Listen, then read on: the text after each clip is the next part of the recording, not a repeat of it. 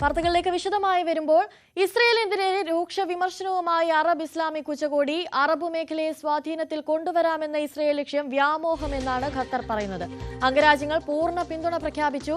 Gulf രാജ്യങ്ങൾക്കിടയിൽ സംയുക്ത പ്രതിരോധ സംവിധാനം കൊണ്ടുവരാൻ ഉച്ചകോടിയിൽ ധാരണയായി. അതേസമയം ഇസ്രയേൽ ഇനി ഖത്തറിനെ ആക്രമിക്കില്ലെന്ന് പ്രസിഡന്റ് ഡൊണാൾഡ് ട്രംപ് അറിയിച്ചു. ആക്രമണത്തെപ്പറ്റി അറിയില്ലായിരുന്നുവെന്ന തന്റെ മുൻവാദം അദ്ദേഹം വീണ്ടും ആവർത്തിച്ചു. That you don't want to see Qatar hit again. Are there any guarantees? Qatar? Well, he won't be hitting in Qatar, as I say. I call it Qatar. You call it Qatar. You're actually more right, but actually you're allowed to go.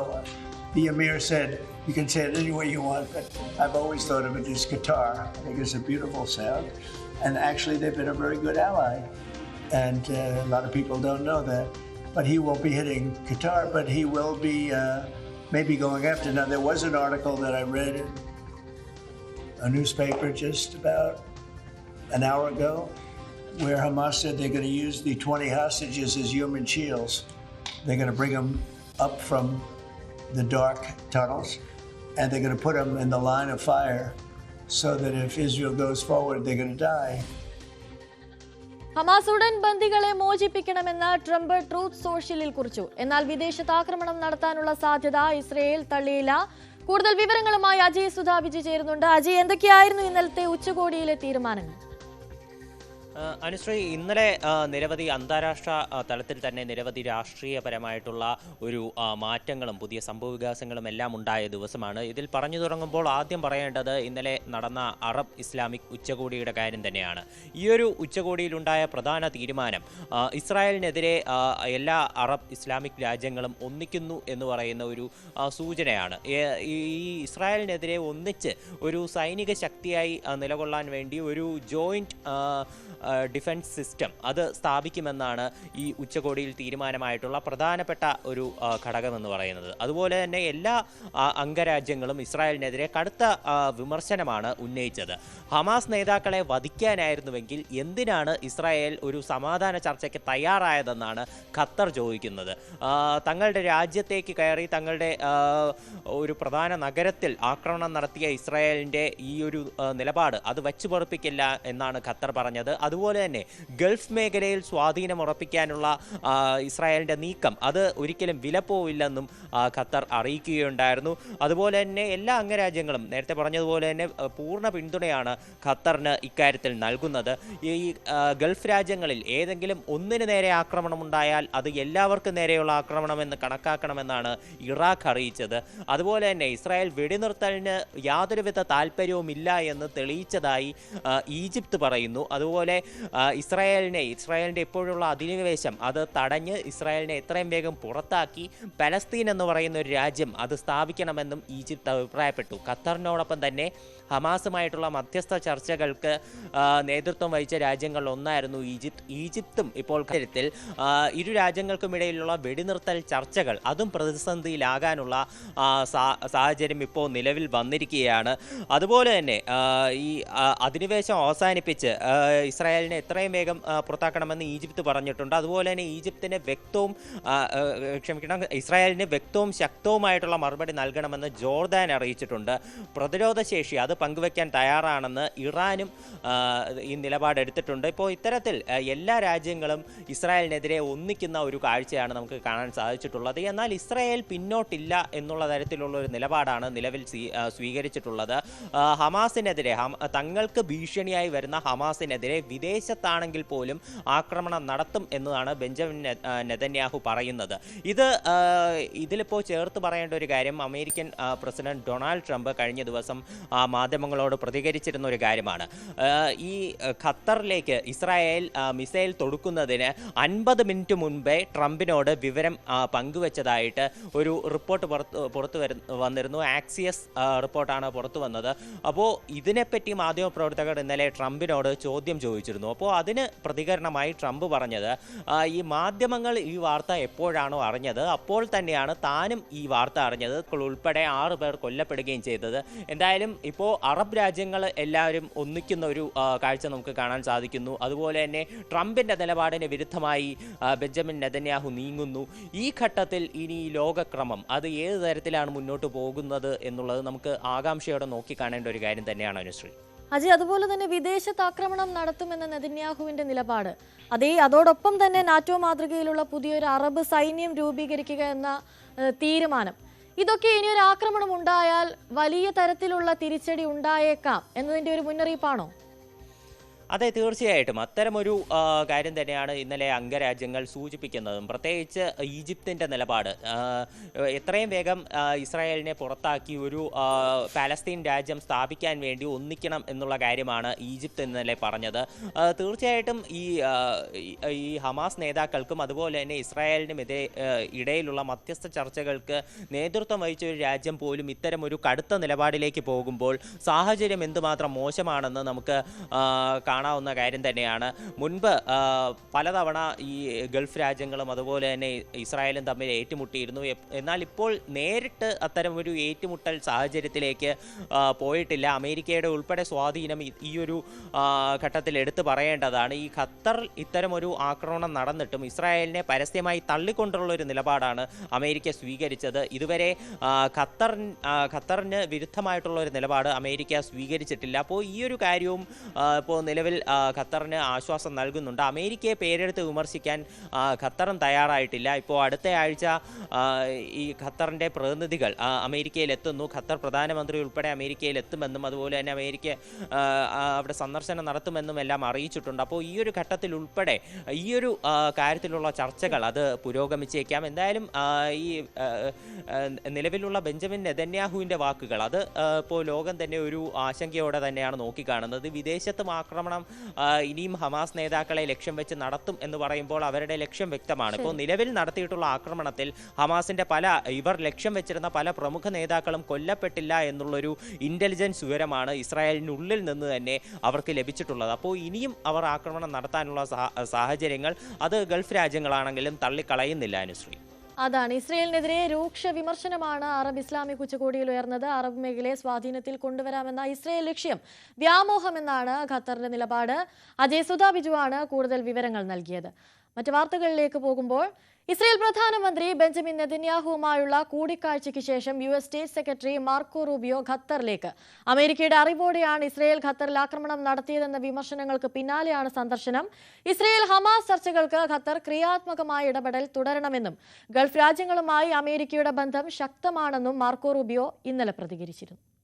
We are focused on what happens now.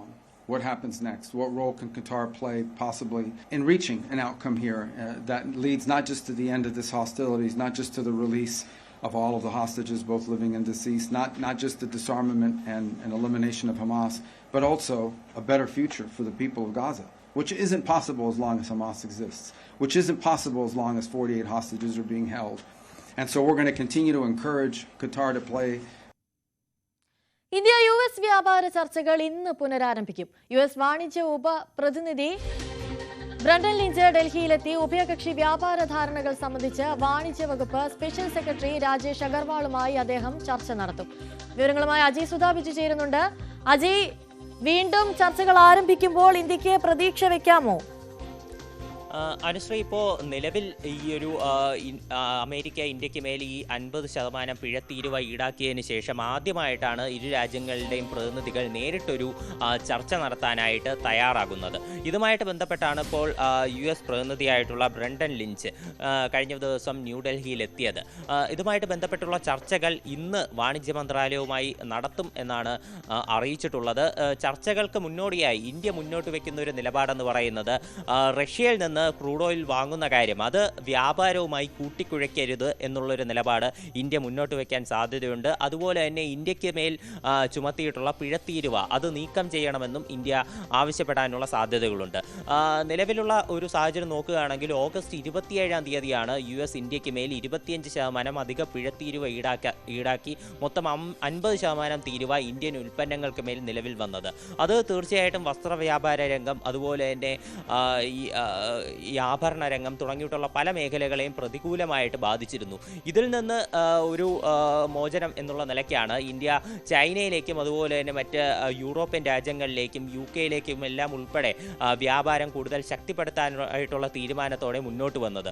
ഇപ്പോൾ അത്തരമൊരു തീരുമാനം ചൈനയുമായിട്ടുള്ള ബന്ധം ശക്തമാക്കുന്നു എന്നുള്ള ഒരു നിലപാട് India സ്വീകരിച്ചതിന് പിന്നാലെ president Donald Trump തൻ്റെ നിലപാട് കുറച്ചൊന്ന് അയക്കുന്ന കാര്യവും നമ്മൾ ഇതിനു മുമ്പേ കണ്ടിരുന്നു. പ്രധാനമന്ത്രി നരേന്ദ്രമോദിയെ പുകഴ്ത്തിക്കൊണ്ട് അദ്ദേഹം രംഗത്ത് വരുന്നു. അതുപോലെ തന്നെ ഇന്ത്യ അമേരിക്ക ബന്ധം അത് വളരെ ദൃഢമായതാണെന്നും അത് പഴയതിനേക്കാൾ ശക്തമായി മുന്നോട്ട് പോകുമെന്നും ഇന്ത്യയോടുള്ള ഏക എതിർപ്പ് റഷ്യയിൽ നിന്ന് ക്രൂഡ് ഓയിൽ വാങ്ങുന്നത് മാത്രമാണെന്നും ട്രംപ് പറഞ്ഞിരുന്നു. ട്രംപിൻ്റെ വാദത്തെ അനുകൂലിച്ചുകൊണ്ട് മോദി രംഗത്ത് വന്നു. ഇന്ത്യയും അമേരിക്കയും തമ്മിലുള്ള ബന്ധത്തെ മോദിയും അനുകൂലിച്ച് സംസാരിച്ചു. അപ്പോൾ ഇത്തരത്തിൽ ഇരു രാജ്യങ്ങളും ഇന്ത്യ ചൈനയോടടുത്തപ്പോൾ ഒരു നിലപാടൊന്ന് മയപ്പെടുത്തുന്ന ഒരു കാര്യം നമ്മൾ ഇതിനു മുൻപ് കണ്ടിരുന്നു. അപ്പോൾ അതിൻ്റെ തുടർച്ചയായിട്ടാണ് അമേരിക്ക ഇത്തരത്തിലൊരു വ്യാപാര ചർച്ചകൾക്ക് ഇപ്പോൾ വീണ്ടും തയ്യാറാകുന്നത്. ഇതിനു മുൻപേ കഴിഞ്ഞ 25-ാം തീയതിയായിരുന്നു ഇന്ത്യ US വ്യാപാര കരാർ ചർച്ചകൾ നടക്കാനായിട്ടിരുന്നത്. എന്നാൽ ഈ പിഴത്തീരുവ ഉൾപ്പെടെ പ്രഖ്യാപിച്ച സാഹചര്യത്തിൽ ഈ ചർച്ചകൾ അത് വഴിമുട്ടി പോവുകയായിരുന്നു. ഇത് നടന്നില്ല. എന്നാൽ ഇതിൽ എടുത്തു സൂചിപ്പിക്കേണ്ട ഒരു കാര്യം കഴിഞ്ഞ 5 തവണയും ഇന്ത്യക്കും US-നും ഇടയിൽ വ്യാപാര കരാർ ചർച്ചകൾ നടന്നിരുന്നു. ഇവയെല്ലാം പരാജയപ്പെടുന്ന ഒരു കാഴ്ചയും നമുക്ക് കാണാൻ സാധിച്ചിരുന്നു. അതുകൊണ്ട് തന്നെ ഇന്ന് നടക്കുന്ന 6ാം ഘട്ട ചർച്ചകൾ അത് വിജയകരമായി കലാശിക്കുമോ, ഇന്ത്യ US വാണിജ്യം അത് സുഗമമാകുമോ എന്നുള്ള കാര്യങ്ങളെല്ലാം നമുക്ക് നോക്കിക്കാണേണ്ട കാര്യം തന്നെയാണ്. അങ്ങനെയാണെങ്കിൽ ഈ പിഴത്തീരുവയും അതുപോലെ തന്നെ മുൻപ് പ്രഖ്യാപിച്ച ആദ്യം ഓഗസ്റ്റ് 7-ാം തീയതി നിലവിൽ വന്ന ആദ്യത്തെ 25% തീരുവ ഉൾപ്പെടെ കുറയാനുള്ള സാഹചര്യമുണ്ട്. ഇങ്ങനൊരു സാധ്യത നിലവിൽ വരികയാണെങ്കിൽ ഇന്ത്യ ഏറ്റവും കൂടുതൽ കച്ചവടം നടത്തുന്ന വിദേശ രാജ്യം എന്നുള്ള നിലയിൽ അമേരിക്കയുമായുള്ള ബന്ധം ഇത്തരത്തിൽ ഊഷ്മളമായാൽ അത് ഇന്ത്യൻ വ്യാപാരികൾക്കും വലിയൊരു ആശ്വാസം തന്നെയാകും. അനുശ്രീ. ശരി, ഇന്ത്യ US വ്യാപാര ചർച്ചകൾ വീണ്ടും പുനരാരംഭിക്കുകയാണ്. US വാണിജ്യ ഉപപ്രതിനിധി ബ്രണ്ടൻ ലിഞ്ച് ഡൽഹിയിലെത്തിയിരിക്കുകയാണ്. ഉഭയകക്ഷി വ്യാപാര ധാരണകൾ സംബന്ധിച്ച് വാണിജ്യ വകുപ്പ് സ്പെഷ്യൽ സെക്രട്ടറി രാജേഷ് അഗർവാളുമായി അദ്ദേഹം ഇന്ന് ചർച്ചകൾ നടത്തും. അജയ് സുധാ ബിജുവാണ് കൂടുതൽ വിവരങ്ങൾ. ഏഷ്യ കപ്പ് ക്രിക്കറ്റ് ബോർഡിന്റെ ആവശ്യം ICC തള്ളിയേക്കും. മാസ്റ്റർ റഫറി ആൻഡി പൈക്രോഫ്റ്റിനെ മാറ്റിയേക്കില്ല എന്ന വിവരങ്ങളാണ് പുറത്തുവരുന്നത്. ER രാഗേഷാണ് വിഷയത്തിൽ കൂടുതൽ വിവരങ്ങൾ നൽകിയത്. കസ്റ്റഡി മർദ്ദന പരാതികളിൽ സർക്കാരിനെ കടന്നാക്രമിക്കാൻ പ്രതിപക്ഷം. പോലീസിനെതിരെ തുടർച്ചയായി ഉയരുന്ന കസ്റ്റഡി മർദ്ദന ആരോപണങ്ങൾ ഇന്ന് പ്രതിപക്ഷം സഭയിൽ ഉന്നയിക്കും. റൂൾ 15 നോട്ടീസായി വിഷയം കൊണ്ടുവരാനാണ് പ്രതിപക്ഷ നീക്കം. രാഹുൽ മാങ്കൂട്ടത്തിനെതിരെയുള്ള ആരോപണങ്ങളും സഭയിൽ രാഹുലിന്റെ സാന്നിധ്യവും ചൂണ്ടിക്കാട്ടിയാകും ഭരണപക്ഷത്തിന്റെ പ്രത്യാക്രമണം. വിവരങ്ങളുമായി VV അരുൺ ചേരുന്നു. അരുൺ, പ്രതിപക്ഷം ശക്തമായ രീതിയിൽ തന്നെ കടന്നാക്രമണം നടത്തുമെന്ന കാര്യത്തിൽ ഉറച്ചു വിശ്വസിക്കാം. അത് ഏത് രീതിയിൽ ഭരണപക്ഷം എതിർക്കാനാണ് സാധ്യത കൂടുതൽ? തുടർച്ചയായ കസ്റ്റഡി മർദ്ദനങ്ങളാണ് പ്രതിപക്ഷത്തിന്റെ അടിയന്തര പ്രമേയ നോട്ടീസ് റൂൾ 15 നോട്ടീസായി ഇന്ന് സഭയിൽ പ്രതിപക്ഷം കൊണ്ടുവരിക. നമുക്കറിയാം, കഴിഞ്ഞ കുറേ ദിവസങ്ങളായി നിരവധി വാർത്തകൾ പുറത്തു വന്നു. അത് പഴയ സംഭവങ്ങളെന്ന് പറഞ്ഞ് സർക്കാർ അങ്ങനെ തള്ളിതപ്പാൻ ശ്രമിക്കുമ്പോഴും പുതിയ ചില കാര്യങ്ങൾ കൂടി പോലീസിനെതിരെയുള്ള വിമർശനങ്ങൾ, പരാതികൾ പുറത്തു വന്നു. അത് പ്രതിപക്ഷത്തു നിന്ന് മാത്രമല്ല, അല്ലെങ്കിൽ പ്രതിപക്ഷത്തെ ഏതെങ്കിലും സംഘടനയിൽ നിന്ന് മാത്രമല്ല, ഭരണപക്ഷത്തെ നേതാക്കൾ പോലും, പ്രാദേശിക നേതാക്കൾ പോലും പോലീസിനെതിരെ രൂക്ഷ വിമർശനവുമായി തങ്ങൾക്കുള്ള ദുരനുഭവം ചൂണ്ടിക്കാട്ടി രംഗത്ത് വന്നു. നേരത്തെ ആഭ്യന്തര വകുപ്പിനെതിരെ വലിയ വിമർശനമുള്ളതാണ്, പരാതിയുള്ളതാണ്. ആ വിഷയം ഇപ്പോൾ സഭയിൽ കൊണ്ടുവരുമ്പോൾ അതിശക്തമായ വിമർശനം, ആക്രമണം സർക്കാരിനെതിരെ ഉയർത്താനാണ് പ്രതിപക്ഷ തീരുമാനവും നീക്കവും. അതിനനുസരിച്ചാണ് അവർ ഇന്ന് സഭയിൽ എത്തുക. ഒരുപക്ഷെ സർക്കാർ ഈ റൂൾ 15 നോട്ടീസിൽ പ്രത്യേക ചർച്ചയ്ക്ക് തയ്യാറായേക്കുമെന്ന സൂചനയുമുണ്ട്. കാരണം സർക്കാരിനും പറയാൻ കാര്യങ്ങൾ ഏറെയുണ്ട്. ഇന്നലെ ഇടതുമുന്നണിയുടെ നിയമസഭാ കക്ഷി യോഗത്തിൽ മുഖ്യമന്ത്രി പിണറായി വിജയൻ പറഞ്ഞത് ഇത്തരം ആക്രമണങ്ങളൊക്കെ പെരുപ്പിച്ചു കാട്ടുകയാണ്, പഴയ സംഭവങ്ങളൊക്കെ കുത്തിപ്പോക്കുകയാണ്. അതുകൊണ്ട് തന്നെ ഇത്തരം ആരോപണങ്ങൾ വന്നാൽ അതേ രീതിയിൽ മറുപടി പറഞ്ഞ് സഭയിൽ മുന്നോട്ട് പോകാനുള്ള നിർദ്ദേശമാണ്. അവിടെ ഒരു പ്രതിരോധമല്ല, കടന്നാക്രമണത്തിനാണ് MLA-മാർക്ക് മുഖ്യമന്ത്രി പിണറായി വിജയൻ നൽകിയിരിക്കുന്ന നിർദ്ദേശം. അങ്ങനെയെങ്കിൽ സർക്കാരിനും ഭരണപക്ഷത്തിനും കാര്യങ്ങൾ പറയാനുണ്ടാകും. നമുക്കറിയാം, പഴയ UDF ഭരണകാലത്തെ, കോൺഗ്രസ് ഭരണകാലത്തെ കസ്റ്റഡി മർദ്ദനങ്ങളും കസ്റ്റഡി മരണങ്ങളും ഉൾപ്പെടെ ചൂണ്ടിക്കാട്ടി അതിനെ പ്രതിരോധിക്കാൻ തന്നെയാകും ഭരണപക്ഷ ബെഞ്ചിന്റെ തീരുമാനം.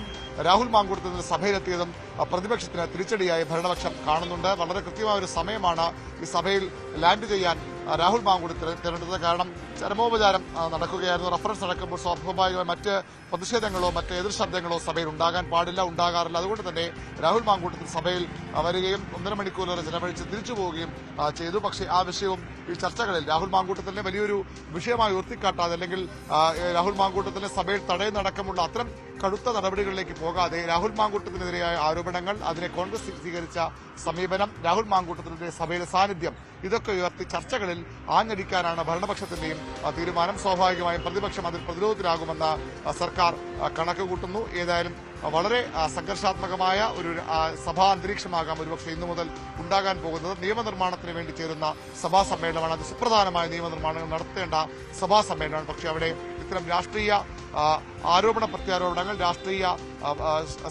രാഷ്ട്രീയമായുള്ള ഏറ്റുമുട്ടൽ തന്നെയാകും പ്രധാനമായും ഉണ്ടാവുക. നമുക്കറിയാം, തദ്ദേശ തെരഞ്ഞെടുപ്പിന് തൊട്ടുമുമ്പുള്ള ഒരു സഭാ സമ്മേളനം, ഇത് കഴിഞ്ഞാൽ ഏകദേശം ഒരു സഭാ സമ്മേളനം മാത്രമാകും ഈ നിയമസഭയുടെ കാലാവധിയിലും ഉണ്ടാകാൻ ഇടയുള്ളത്. പക്ഷേ അവിടെ ഇത്തരം രാഷ്ട്രീയ ആരോപണ പ്രത്യാരോപണങ്ങൾക്കെല്ലാം ആയുധങ്ങളും ചേർത്താണ് ഇരുപക്ഷവും എത്തുന്നത്. സാധാരണഗതിയിൽ സർക്കാരാണ് പ്രതിരോധത്തിലാവേണ്ടതെങ്കിൽ സർക്കാരിനും പ്രതിപക്ഷത്തെ കടന്നാക്രമിക്കാൻ രാഹുൽ മാങ്കൂട്ടത്തിനടക്കമുള്ള വിഷയമുണ്ട്. വയനാട്ടിലെ കോൺഗ്രസ് നേതാവിന്റെ ആത്മഹത്യ അടക്കമുള്ള വിഷയങ്ങളുണ്ട്. അതിൽ കുടുംബത്തിന്റെ കടുത്ത നിലപാടുകൾ, പാർട്ടിക്കെതിരെയുള്ള കടുത്ത നിലപാടുകളുണ്ട്. അതൊക്കെ ഉപയോഗിച്ചുകൊണ്ട് ഭരണപക്ഷം പ്രതിപക്ഷത്തെ കടന്നാക്രമിക്കും. അതേസമയം സർക്കാരിനെതിരെയുള്ള നിരന്തര ആരോപണങ്ങൾ, ശബരിമല ആഗോള അയ്യപ്പ സംഘം അടക്കമുള്ള വിഷയങ്ങളൊക്കെ പ്രതിപക്ഷത്തിന്റെ ആവനാഴിയിലും സർക്കാരിനെതിരെയുള്ള ആയുധങ്ങളായി ഉണ്ട്. ഏതായാലും ഇന്ന് ഈ റൂൾ 50 നോട്ടീസിൽ സർക്കാർ എന്ത് നിലപാട് സ്വീകരിക്കും, അത് തുടക്കത്തിൽ തന്നെ തള്ളിക്കളയുകയാണോ, അല്ലെങ്കിൽ ചർച്ചയ്ക്ക് റൂൾ 50 നോട്ടീസിൽ പ്രത്യേക ചർച്ചയ്ക്ക് മുഖ്യമന്ത്രിയും സർക്കാരും തയ്യാറാകുമോ എന്നാണ് ഇനി അറിയേണ്ടത്. അതുപോലെ അരുൺ, രാഹുൽ മാങ്കൂട്ടത്തിൽ വിഷയത്തിലേക്ക് വരുമ്പോൾ രാഹുൽ പാലക്കാട് കൂടുതൽ സജീവമാകാൻ ഒരുങ്ങുന്നു എന്ന വിവരങ്ങളൊക്കെ പുറത്തു വരുന്നുണ്ട്. അങ്ങനെയെങ്കിൽ ഇന്ന് രാഹുൽ സഭയിലേക്ക് എത്താനുള്ള സാധ്യത കൂടുതലായിരിക്കില്ല. അപ്പോൾ അദ്ദേഹത്തിനെതിരെയുള്ള പ്രതിഷേധങ്ങളും കടുക്കാനുള്ള സാധ്യതയില്ലേ? രാഹുൽ ഇന്ന് സഭയിലേക്ക് എത്തിയേക്കില്ല എന്നാണ് നമുക്ക് UDF ക്യാമ്പിൽ നിന്ന് ലഭിക്കുന്ന, കോൺഗ്രസ് ക്യാമ്പിൽ നിന്ന് ലഭിക്കുന്ന വിശ്വസനീയമായ വിവരം. അതിന് കാരണം ഇന്ന് സർക്കാരിനെ പ്രതിരോധത്തിലാക്കാൻ ഭരണപക്ഷത്തിന് കിട്ടുന്ന ഏറ്റവും നല്ലൊരു അവസരമാണ് കസ്റ്റഡി മർദ്ദനം. CPM-ഉം ആഭ്യന്തര വകുപ്പും പോലീസിന്റെ പ്രവർത്തനങ്ങളിൽ മുഖം നഷ്ടപ്പെട്ട അവസ്ഥയെന്നാണ് കോൺഗ്രസും UDF-ഉം വിലയിരുത്തുന്നത്. അങ്ങനെ ഒരു അവസരത്തിൽ രാഹുൽ മാങ്കൂട്ടത്തിൽ സഭയിലേക്ക് വന്നാൽ സ്വാഭാവികമായും സഭയുടെ ശ്രദ്ധ, സഭയുടെ ചർച്ചകൾ അതിലേക്ക് മാറും. അത് സർക്കാരിനെതിരെയുള്ള കോൺഗ്രസിന്റെ UDF-ന്റെ ഈ നീക്കങ്ങളുടെ ശക്തി കുറയ്ക്കും. അതുകൊണ്ട് രാഹുൽ മാങ്കൂട്ടത്തിൽ ഇന്ന് സഭയിലേക്ക് എത്താൻ സാധ്യതയില്ല. രാഹുൽ മാങ്കൂട്ടത്തിനെ പ്രൊമോട്ട് ചെയ്യുന്നവർ, രാഹുൽ മാങ്കൂട്ടത്തിനെ പിന്തുണയ്ക്കുന്നവർ പോലും അത്തരമൊരു നിലപാട് രാഹുലിനെ അറിയിച്ചതായാണ് നമുക്ക് ലഭിക്കുന്ന സൂചനകൾ. മാത്രമല്ല, ഈ സഭാ സമ്മേളനത്തിൽ എല്ലാ ദിവസവും രാഹുൽ സഭയിലേക്ക് എത്തില്ല. അങ്ങനെ വന്നാൽ അവിടെ സർക്കാർ കൂടുതൽ അനായാസമായി പ്രതിസന്ധികളെ, അല്ലെങ്കിൽ ഇപ്പോഴത്തെ സർക്കാരിന്റെ വിമർശനങ്ങളെ തരണം ചെയ്തു പോകാൻ അവർ കഴിയും. മറിച്ച് പ്രതിപക്ഷം പ്രതിരോധത്തിലാവുകയും ചെയ്യും. അതുകൊണ്ട് രാഹുൽ മാങ്കൂട്ടത്തിൽ ഇന്ന് സഭയിലേക്ക് എത്തില്ല എന്ന് തന്നെയാണ് മനസ്സിലാകുന്നത്. ഇന്ന് മാത്രമല്ല, എല്ലാ ദിവസവും അദ്ദേഹത്തിന്റെ സാന്നിധ്യം സഭയിൽ ഉണ്ടാകാൻ ഇടയില്ല. ഒരുപക്ഷെ ചില ദിവസങ്ങളിൽ മാത്രം വന്ന് ഒരു സാന്നിധ്യം അറിയിച്ചു പോകാനാകും രാഹുൽ മാങ്കൂട്ടത്തിൽ ശ്രമിക്കുക. അതാകും UDF ക്യാമ്പും ആഗ്രഹിക്കുക. രാഹുൽ മാങ്കൂട്ടത്തിലെ സഭയിൽ മാത്രമല്ല പൊതുപരിപാടികൾ സജീവമാക്കാനുള്ള നീക്കങ്ങളും ഷാഫി പറമ്പലടക്കമുള്ള ഒരു വിഭാഗം ശക്തമായി നടത്തുന്നുണ്ട്. അദ്ദേഹത്തെ പാലക്കാട് വീണ്ടും എത്തിക്കാൻ, പാലക്കാട് മണ്ഡലത്തിലേക്ക് എത്തിക്കാനുള്ള ശ്രമങ്ങൾ ഇതിനകം ആരംഭിച്ചിട്ടുണ്ട്. അത് ചില പ്രത്യേക കേന്ദ്രങ്ങളിൽ രാഹുലിനെ എത്തിച്ചാൽ അവിടെ പ്രതിഷേധമുണ്ടാകുന്ന സാധ്യതകൾ വിരളമാണ്. UDF-ന്റെ ശക്തി കേന്ദ്രങ്ങളുണ്ട്, കോട്ടകളുണ്ട്. പാലക്കാട്ടെ ചില പഞ്ചായത്തുകൾ, ബലായിരി പോലുള്ള പഞ്ചായത്തുകളിൽ രാഹുൽ മാങ്കൂട്ടത്തിൽ വന്നാൽ അവിടെ ഒരുപക്ഷെ പ്രതിഷേധത്തിനുള്ള അവസരം പോലും BJP-ക്കോ CPM-ന് ഇടതുമുന്നണിക്കോ രാഷ്ട്രീയമായി തടയപ്പെടുന്ന സാഹചര്യങ്ങൾ അവിടെ നിലനിൽക്കുന്നുണ്ട്. അതുകൊണ്ട് തന്നെ അതുപയോഗിച്ചുകൊണ്ട് രാഹുലിനെ പാലക്കാട് അവതരിപ്പിക്കാൻ ശ്രമങ്ങളും നടത്തുന്നുണ്ട്. ഏതായാലും രാഹുൽ മാങ്കൂട്ടത്തിനെതിരെ വലിയൊരു വിഭാഗം രാഹുലിനെതിരെ കടുത്ത നടപടി വേണമെന്ന് വാദിച്ചു നിൽക്കുമ്പോഴും അത്ര കടുത്ത നടപടിയിലേക്ക് പോകേണ്ട എന്ന് വാദിക്കുന്നവരും കോൺഗ്രസിലുണ്ട്. അതുകൊണ്ട് തന്നെ രാഹുൽ മാങ്കൂട്ടത്തിനെ സഭയിൽ ഏതായാലും എത്തിച്ചു കഴിഞ്ഞു. വളരെ കൃത്യമായ ഒരു സമയം, ഭരണപക്ഷത്ത് നിന്ന് ഒരു അപശബ്ദം പോലും ഉണ്ടാകാൻ ഇടയില്ലാത്ത സമയം മുൻ മുഖ്യമന്ത്രി VS അച്യുതാനന്ദനും മുൻ UDF കൺവീനർ PP തങ്കച്ചനും അതുപോലെ തന്നെ വാഴൂർ സോമൻ അടക്കമുള്ളവർക്ക് ചരമോപചാരം അർപ്പിക്കുന്ന സമയത്ത് രാഹുൽ എത്തിയാൽ ഒരു തരത്തിലുള്ള അവശബ്ദങ്ങളും ഉണ്ടാകില്ല എന്ന് അദ്ദേഹത്തെ പിന്തുണയ്ക്കുന്നവർ തിരിച്ചറിഞ്ഞു. ആ ഉപദേശത്തിലൂടെ അടിസ്ഥാനത്തിലാണ് രാഹുൽ സഭയിൽ എത്തിയത്. പക്ഷേ ഇനിയുള്ള ദിവസങ്ങളിൽ രാഹുൽ വന്നാൽ സ്വാഭാവികമായും അത് ഭരണപക്ഷത്തിന് പ്രതിഷേധങ്ങൾക്ക് ഇടയാകും. അവിടെയും രാഹുലിനെ കയ്യേറ്റം ചെയ്യുകയോ സഭയിൽ തടയുകയോ പോലുള്ള കടുത്ത നടപടികളിലേക്ക് പോകുന്നതിന് പകരം ഈ ചർച്ചകളിൽ, വിമർശനങ്ങളിൽ, പ്രതിഷേധങ്ങളിലൊക്കെ ഇക്കാര്യം ഉന്നയിച്ച് മുന്നോട്ട് പോകാനാണ് ഇപ്പോൾ ഭരണപക്ഷത്തിന്റെ തീരുമാനം. ശരി, കസ്റ്റഡി മർദ്ദന പരാതികളിൽ സർക്കാരിനെ കടന്നാക്രമിക്കാൻ ഒരുങ്ങുകയാണ് പ്രതിപക്ഷം. അതേസമയം രാഹുൽ ഇന്ന് സഭയിൽ എത്തിയേക്കില്ല എന്ന വിവരങ്ങളാണ് പുറത്തുവരുന്നത്. വിവി അരുണാണ് കൂടുതൽ വിവരങ്ങൾ നൽകിയത്. രാഹുൽ മാങ്കൂട്ടത്തിൽ സഭയിലെത്തിയപ്പോൾ സംഭവിച്ചതെന്ത്? കാണാം കമന്റ് തൊഴിലാളി. നമസ്കാരം. അങ്ങനെ കേരള നിയമസഭയുടെ ഒരു സമ്മേളനത്തിനുകൂടി തുടക്കമായി. ചരമോപചാരം അർപ്പിച്ച് സഭ ഇന്ന് പിരിഞ്ഞു. പക്ഷേ ഇന്നത്തെ ശ്രദ്ധാകേന്ദ്രം രാഹുൽ മാങ്കൂട്ടമായിരുന്നു. കഴിഞ്ഞ 10-20 ദിവസമായിട്ട് വീട്ടിൽ നിന്ന് പുറത്തിറങ്ങാതെ ഇരുട്ടുമുറിയിൽ സിട്രസിനും പാരസെറ്റമോളൊക്കെ കഴിച്ച് ഇരുട്ടിന് അഭയം പ്രാപിച്ച് ഏതൊക്കെയോ യൂത്ത് കോൺഗ്രസ് പ്രവർത്തകർ കാവൽ കിടന്ന രാഹുൽ മാങ്കൂട്ടം ഈ സഭാസമ്മേളനത്തിൽ പങ്കെടുക്കുമോ എന്നുള്ള ചോദ്യമാണ് എല്ലാവരും ചോദിച്ചുകൊണ്ടിരുന്നത്. പങ്കെടുക്കില്ല എന്ന് ആത്മവിശ്വാസത്തോടെ പറഞ്ഞത് കേരളത്തിൻ്റെ പ്രതിപക്ഷ നേതാവ് വി ഡി സതീശനാണ്.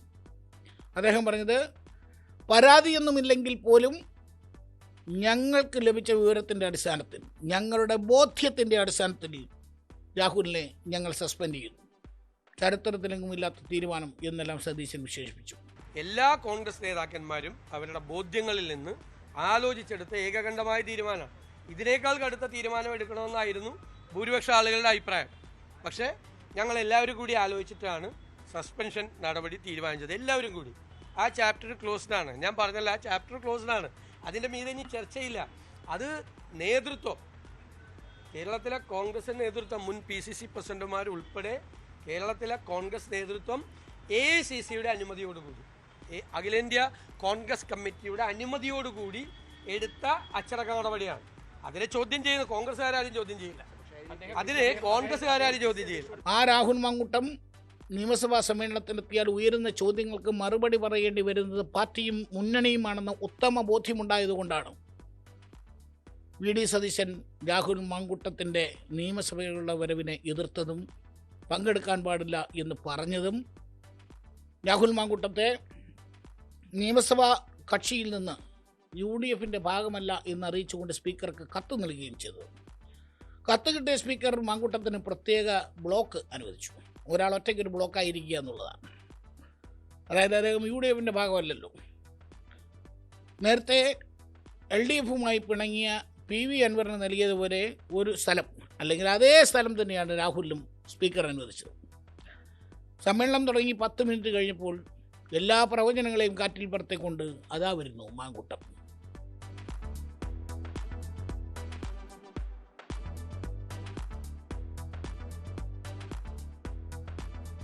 എല്ലാ ശ്രദ്ധയും അങ്ങോട്ടായി. പോലീസും വാച്ചാൻ പാടും അദ്ദേഹത്തിന് അകത്തേക്ക് പോകാനുള്ള സൗകര്യമൊരുക്കി. മാങ്കൂട്ടത്തിൻ്റെ കൂടെ, അതായത് യൂത്ത് കോൺഗ്രസിൻ്റെ സംസ്ഥാന അധ്യക്ഷ പദവിയിൽ നിന്ന് നീക്കം ചെയ്യപ്പെട്ട, കോൺഗ്രസിൽ നിന്ന് സസ്പെൻഡ് ചെയ്യപ്പെട്ട രാഹുൽ മാങ്കൂട്ടത്തിൻ്റെ ഒപ്പം യൂത്ത് കോൺഗ്രസിൻ്റെ തിരുവനന്തപുരം ജില്ലാ കമ്മിറ്റിയുടെ അധ്യക്ഷൻ കൂടി ഉണ്ടായിരുന്നു എന്നുള്ളതാണ്. അധ്യക്ഷനുള്ളത് പുറകെ വരും എന്നാണ് പറഞ്ഞു കേൾക്കുന്നത്. വന്നാൽ കൊള്ളാം. എന്തായാലും രാഹുൽ മാങ്കൂട്ടം വരുന്നു. സഭാ നടപടികൾ അവസാനിച്ചു. അദ്ദേഹം പുറത്തേക്ക് ഇറങ്ങുമ്പോഴും നേരത്തെ പറഞ്ഞ പോലെ പോലീസും വാച്ചാമ്പാടും നിന്ന് നല്ല സുരക്ഷയൊക്കെ കൊടുത്ത് പുറത്തിറങ്ങി. അങ്ങനെ സുരക്ഷ കൊടുക്കാനും വേണ്ടി അവിടെ വല്ലതും സംഭവിക്കുമായിരുന്നു എന്ന് ചോദിച്ചാൽ എനിക്ക് തോന്നുന്നില്ല അങ്ങനെ പ്രത്യേകിച്ച് ഒന്നും സംഭവിക്കുമായിരുന്നു. ഏതായാലും MLA ആണ്. അദ്ദേഹം സഭാ സമ്മേളനത്തിൽ പങ്കെടുക്കുന്നു, പുറത്തേക്ക് ഇറങ്ങുന്നു. വരും ദിവസങ്ങളിൽ രാഹുൽ സഭാ സമ്മേളനത്തിൽ പങ്കെടുക്കും എന്നാണ് പറഞ്ഞു കേൾക്കുന്നത്. ഏതായാലും ഇവിടെ ചമ്മിയത് എന്ന് പറഞ്ഞാൽ വി ഡി സതീശനടക്കമുള്ള കോൺഗ്രസ് നേതാക്കളുടെ വാക്കുകൾക്ക് ഒരു വിലയും കൽപ്പിക്കാതെ, അല്ലെങ്കിൽ അവരുടെ തീരുമാനങ്ങൾക്ക് എന്ത് വില എന്ന് പ്രവർത്തകർ ചോദിക്കുന്ന തരത്തിലേക്കാണ് ഇന്ന് മാങ്കൂട്ടത്തിൻ്റെ സഭാപ്രവേശനം എന്ന് പറയേണ്ടി വരും. കേരളത്തിലെ കോൺഗ്രസ് നേതൃത്വം നേരത്തെ സതീശൻ പറഞ്ഞ പോലെ അവരുടെ ഉത്തമ ബോധ്യത്തിൻ്റെ അടിസ്ഥാനത്തിലെടുത്ത ഒരു തീരുമാനം, ആ തീരുമാനത്തെ അംഗീകരിച്ച് ഒരു കോൺഗ്രസ് പ്രവർത്തകനായി രാഹുൽ മാങ്കൂട്ടം തുടരും എന്നൊക്കെ പ്രതീക്ഷിച്ചതാണ്. ഇന്ന് മാങ്കൂട്ടം പറഞ്ഞത്, ഞാൻ കോൺഗ്രസ് പ്രവർത്തകനായി തുടരും, മരണം വരെ അങ്ങനെ തുടരാനാണ് എൻ്റെ തീരുമാനം എന്നൊക്കെയാണ്. പക്ഷേ സഭയിലേക്ക് എത്തുന്നത് പാർട്ടിക്കും മുന്നണിക്കും ക്ഷീണമാകും എന്ന പാർട്ടി നേതൃത്വത്തിൻ്റെ വികാരത്തെ അല്പം പോലും രാഹുൽ മാനിച്ചില്ല എന്നുള്ളത് പറയേണ്ടി വരും. കോൺഗ്രസ് പാർട്ടിയിൽ രാഹുൽ മാങ്കൂട്ടം ഇല്ല. പാർലമെന്ററി പാർട്ടിയിൽ നിന്ന് അദ്ദേഹത്തെ മാറ്റി നിർത്തിയിരിക്കുകയാണ്. കോൺഗ്രസ് സംസ്ഥാന പ്രസിഡന്റ് സ്ഥാനം അദ്ദേഹം ഒഴിഞ്ഞിരിക്കും. ഈ സാഹചര്യത്തിൽ രാഹുൽ മാങ്കൂട്ടത്തിനെ കുറിച്ചുള്ള ഏത് ചോദ്യത്തിനും ഉത്തരം പറയാൻ നമ്മൾ ബാധ്യസ്ഥമല്ല. പ്രത്യേക കാരണം എന്ന് വെച്ചാൽ അദ്ദേഹം ഇപ്പോൾ പാർലമെന്റ് പാർട്ടിയിലെ അംഗമല്ല. അദ്ദേഹം നിയമസഭയിൽ പങ്കെടുക്കാതിരിക്കുന്നോ ചെയ്യുന്നതിനെ സംബന്ധിച്ച് കോൺഗ്രസ് പാർട്ടിക്ക് അതിനകത്ത് എന്ത് അഭിപ്രായം പറയാനുള്ളത്? പാർട്ടിയുടെ ഒരു MLA ആയിരുന്നുവെങ്കിൽ അഭിപ്രായം പറയാമായിരുന്നു. ഇപ്പോൾ അദ്ദേഹം കോൺഗ്രസ് പാർലമെന്ററി പാർട്ടിയിൽ ഇല്ല എന്നുള്ളത് കൊണ്ട് തന്നെ അക്കാര്യത്തിൽ മറുപടി പറയാൻ എങ്ങനെ മറുപടി പറയാൻ കഴിയും? അല്ല, പാർട്ടിയിൽ നിന്ന് മാറ്റി നിർത്തിയ ഒരാള് അദ്ദേഹം സഭയിൽ വരുന്നതിനെ കുറിച്ച് പാർട്ടിക്ക് അന്വേഷിക്കേണ്ട കാര്യമില്ല. കാരണം പാർട്ടിയുടെ ചട്ടക്കൂടിലല്ല അദ്ദേഹം. പാർട്ടി ഇന്ന് അദ്ദേഹത്തിനെ മാറ്റി നിർത്തിയിരിക്കും. അത് ആ തീരുമാനം നിലനിൽക്കുന്നു. ആ നിലയ്ക്ക് പിന്നെ നിയമസഭാ സാമാജിക എന്ന നിലയ്ക്ക് അദ്ദേഹത്തിന് പങ്കെടുക്കാതിരിക്കുകയും ചെയ്യുന്നത് അദ്ദേഹത്തിന്റെ ഉത്തരവാദിത്വം. പ്രതിപക്ഷ നേതാവിനെതിരെ പ്രഖ്യാപിച്ചിരിക്കുന്ന യുദ്ധത്തിൻ്റെ ഭാഗമാണ് രാഹുലിൻ്റെ ഇന്നത്തെ സഭയിലേക്കുള്ള കടന്നുവരവ് എന്ന് പറയുന്നവരുമുണ്ട്. രാഹുലിനെ പിന്തുണയ്ക്കുന്ന ഒരു കൂട്ടം ആളുകളെയും സ്വാഭാവികമായും ഇ ഡി സദസ്സിനെ എതിർക്കുന്ന ആളുകളുടെ തീരുമാനത്തിൻ്റെ അടിസ്ഥാനത്തിലാണ് രാഹുലിൻ്റെ സഭാപ്രവേശം എന്ന് പറയുന്നവരുമുണ്ട്. ഏതായാലും കേരളത്തിലെ കോൺഗ്രസിനെയും UDF-നെയും സംബന്ധിച്ചിടത്തോളം വലിയൊരു പ്രതിസന്ധിയാണ്. കാരണം നേരത്തെ പറഞ്ഞതുപോലെ ഈ നേതാക്കളുടെ ഉത്തമ ബോധ്യത്തിൻ്റെ അടിസ്ഥാനത്തിൽ കോൺഗ്രസിൽ നിന്ന് സസ്പെൻഡ് ചെയ്ത ഒരു MLA അദ്ദേഹം സഭാസമ്മേളനത്തിൽ പങ്കെടുക്കുന്നത് പാർട്ടിക്കും മുന്നണിക്കും തിരിച്ചടിയാകും എന്ന കണക്കൂട്ടലിൽ അങ്ങനെ ചെയ്യില്ല എന്ന വിശ്വാസത്തിന് മേളിലാണ്. വിഷയത്തിൽ എസ്ലാലു തയ്യാറാക്കിയ റിപ്പോർട്ടാണ് കണ്ടത്. മറ്റു വാർത്തയിലേക്ക് പോകുമ്പോൾ ജമാഅത്തെ ഇസ്ലാമിയുടെ നിയന്ത്രണത്തിലുള്ള കണ്ണൂർ മാടായിലെ വാദിഹുദ സ്കൂളിലേക്ക് ഇന്ന് BJP പ്രതിഷേധ മാർച്ച് സംഘടിപ്പിക്കും. സ്കൂളിന്റെ കൈവശമുള്ള ഭൂമിയിൽ 3 ഏക്കർ സ്ഥലം ദേവസ്വം ഭൂമി കൈയേറിയതാണെന്ന് ആരോപിച്ചാണ് മാർച്ച്. രാവിലെ 10 മണിക്ക് നടക്കുന്ന പ്രതിഷേധ മാർച്ച് BJP സംസ്ഥാന ജനറൽ സെക്രട്ടറി MT രമേശ് ഉദ്ഘാടനം ചെയ്യും. മലപ്പുറം പെരിന്തൽമണ്ണ മണ്ണാർമലയിൽ വീണ്ടും പുലിയിറങ്ങി. ഇന്നലെ രാത്രിയാണ് പുലിയെ കണ്ടത്. പാറയിൽ വിശ്രമിക്കുന്നതും ശേഷം റോഡ് ക്രോസ് ചെയ്തു പോകുന്നതിന്റെ ദൃശ്യവും പുറത്തുവന്നു. വിവരങ്ങളുമായി CV അനുമോദ് ചേരുന്നുണ്ട്. അനുമോദ്, എപ്പോഴാണ് ഈ പുലിയെ കാണുന്നത്? പരിസരത്ത് ആരെങ്കിലും ഉണ്ടായിരുന്നോ? എന്തൊക്കെയാണ് വിവരങ്ങൾ? കുറച്ച് 2ാം ദിവസമാണ് മണ്ണാർമലയിൽ പുലിയുടെ ദൃശ്യങ്ങൾ അവിടെ വനംവകുപ്പ് സ്ഥാപിച്ച കൂടിനടുത്തുള്ള CCTV ക്യാമറയിൽ പതിഞ്ഞിട്ടുള്ളത്. ഇന്നലെ രാത്രി 11:30 പുലി ഇതുവഴി കടന്നു പോകുന്നതിന്റെ ദൃശ്യങ്ങളാണ് ഇപ്പോൾ ഈ ക്യാമറയിൽ നിന്ന് ലഭിച്ചിരിക്കുന്നത്. പുലി പോകുന്ന വഴിയിലുള്ള പാറയിൽ അല്പസമയം വിശ്രമിച്ച് പുലി റോഡ് ക്രോസ് ചെയ്ത് കടന്നു പോകുന്നതാണ് കാണാൻ കഴിയുന്നത്. ഇത് തുടർച്ചയായ ദിവസങ്ങളിൽ പുലിയെ ഇത്തരത്തിൽ ജനവാസ മേഖലയോട് ചേർന്നുള്ള ഭാഗങ്ങളിൽ കാണുന്നതാണ് വലിയ ആശങ്ക സൃഷ്ടിച്ചിരിക്കുന്നത്. ഇന്നലെയും ഇതുപോലെ തന്നെ പുലിയുടെ ദൃശ്യങ്ങൾ ക്യാമറയിൽ പതിഞ്ഞിരുന്നു. ഇന്നലെ പുലർച്ചെ 2:00-നും 3:00-നും ഇടയിലുള്ള സമയത്താണ് പുലി ഇതിലൂടെ കടന്നുപോയ ദൃശ്യങ്ങൾ പതിഞ്ഞിരിക്കുന്നത്. ഇന്നിപ്പോൾ ലഭിച്ച ക്യാമറ ദൃശ്യങ്ങൾ ഇന്നലെ രാത്രി 11:30-യോടെയാണ്. അതായത് പുലി രാത്രി പല സമയങ്ങളിലായിട്ട് ഈ മേഖലയിലൂടെയൊക്കെ എപ്പോഴും കടന്നു പോകുന്ന സാഹചര്യമാണ് ഉള്ളത്. ജനവാസ മേഖലയാണ്. അതുകൊണ്ട് തന്നെ വലിയ ആശങ്ക ഇതിലുണ്ടാക്കുന്നുണ്ട്. രാത്രി ആ റോഡാണെങ്കിൽ പ്രധാനപ്പെട്ട പെരിന്തൽമണ്ണയിൽ നിന്ന് മാട് റോഡ് എന്ന് പറയുന്ന പ്രധാനപ്പെട്ട ഒരു പാതയാണ്. വാഹനങ്ങൾക്ക് ഒരുപാട് കടന്നു പോകുന്ന വഴി കൂടിയാണ്. അപ്പോൾ അവിടെയുള്ള അതിലൂടെ കടന്നു പോകുന്നവർക്കെല്ലാം തന്നെ ഒരേപോലെ ആശങ്കയുണ്ടാക്കുന്ന ഒരു സാഹചര്യമാണ് തീർത്തിരിക്കുന്നത്. പലതവണ ഇക്കാര്യത്തിൽ പ്രതിഷേധങ്ങൾ നടത്തിയിട്ടുണ്ട്. വനംവകുപ്പ് മന്ത്രിക്ക് നേരിട്ട് നിവേദനം നൽകി, വനംവകുപ്പിന് നിവേദനം നൽകി. നാടൊന്നാകെ ഈ പുലിയെ പിടികൂടുവാൻ വേണ്ട നടപടികൾ വേണമെന്ന ആവശ്യം ശക്തമായിട്ട് ഉയർത്തുന്നുണ്ട്. ഇനിയിപ്പോൾ ഏത് തരത്തിലുള്ള പ്രക്ഷോഭം നടത്തേണ്ടി വരും ഈ പുലിയെ പിടികൂടുവാൻ എന്നാണ് നാട്ടുകാർ ചോദിക്കുന്നത്. പ്രത്യേകിച്ച് കൂട് വയ്ക്കുക മാത്രമാണ് ഇവിടെ വനംവകുപ്പ് ചെയ്തിട്ടുള്ളത്. അതിനപ്പുറത്തേക്ക് ഒരു മേഖല ഒന്നാകെ ഒരു ദിവസം ഒരു സമയം പല ഇടങ്ങളിലായി അരിച്ചു പെറുക്കി പുലിയെ മയക്കുവെടി വെച്ച് പിടികൂടുക ആണ് വേണ്ടത് എന്ന ആവശ്യമാണ് ശക്തമായിട്ട് ഉയരുന്നത്. ഈ ആവശ്യത്തിൽ ഉറച്ചു നിന്ന് വലിയ പ്രതിഷേധങ്ങളും പ്രക്ഷോഭങ്ങളും വരും ദിവസങ്ങളിൽ നടത്തുവാനും ഈ പ്രദേശവാസികൾ ആലോചിക്കുന്നുണ്ട്. എന്താണെങ്കിലും തുടർച്ചയായ 2ാം ദിവസവും പുലിയുടെ ദൃശ്യങ്ങൾ CCTV ക്യാമറയിൽ പതിഞ്ഞോടെ വലിയ ആശങ്കയാണ് മേഖലയിലുള്ളത്. ശരി, മലപ്പുറം പെരിന്തൽമണ്ണ മണ്ണാർമലയിലാണ് വീണ്ടും പുലി ഇറങ്ങിയത്. ഇന്നലെ രാത്രിയാണ് പുലിയെ കണ്ടത്. പാറയിൽ വിശ്രമിക്കുന്നതും ശേഷം റോഡ് ക്രോസ് ചെയ്ത് പോകുന്നതിന്റെ ദൃശ്യവുമാണ് പുറത്തു വന്നിരിക്കുന്നത്. CV അനുമോദാണ് കൂടുതൽ വിവരങ്ങൾ നൽകിയത്. മുഖ്യമന്ത്രിയുടെ മകൾ വീണ ടി ഉൾപ്പെട്ട മാസപ്പടി കേസിൽ CMRL ഹർജിയിൽ ഡൽഹി ഹൈക്കോടതി ഇന്നു മുതൽ വിശദമായ വാദം കേൾക്കും.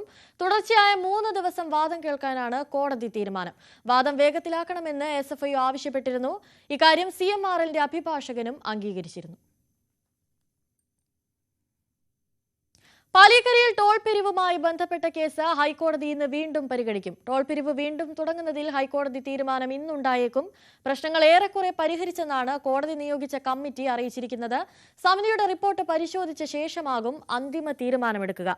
ടോൾ പിരിക്കാൻ അനുമതി നൽകണമെന്നാണ് ദേശീയപാത അതോറിറ്റിയുടെ ആവശ്യം. അതേസമയം പന്നിയങ്കരയിലെ ടോൾ പിരിവ് തടയണമെന്ന ഹർജിയും ഇന്ന് ഹൈക്കോടതി പരിഗണിക്കും. കോൺഗ്രസ് നേതാവ് ഷാജി കോടങ്കണ്ടത്തിന്റെ ഹർജിയാണ് പരിഗണിക്കുക. മേൽപ്പാല നിർമ്മാണം ചൂണ്ടിക്കാട്ടിയാണ് ഹർജി.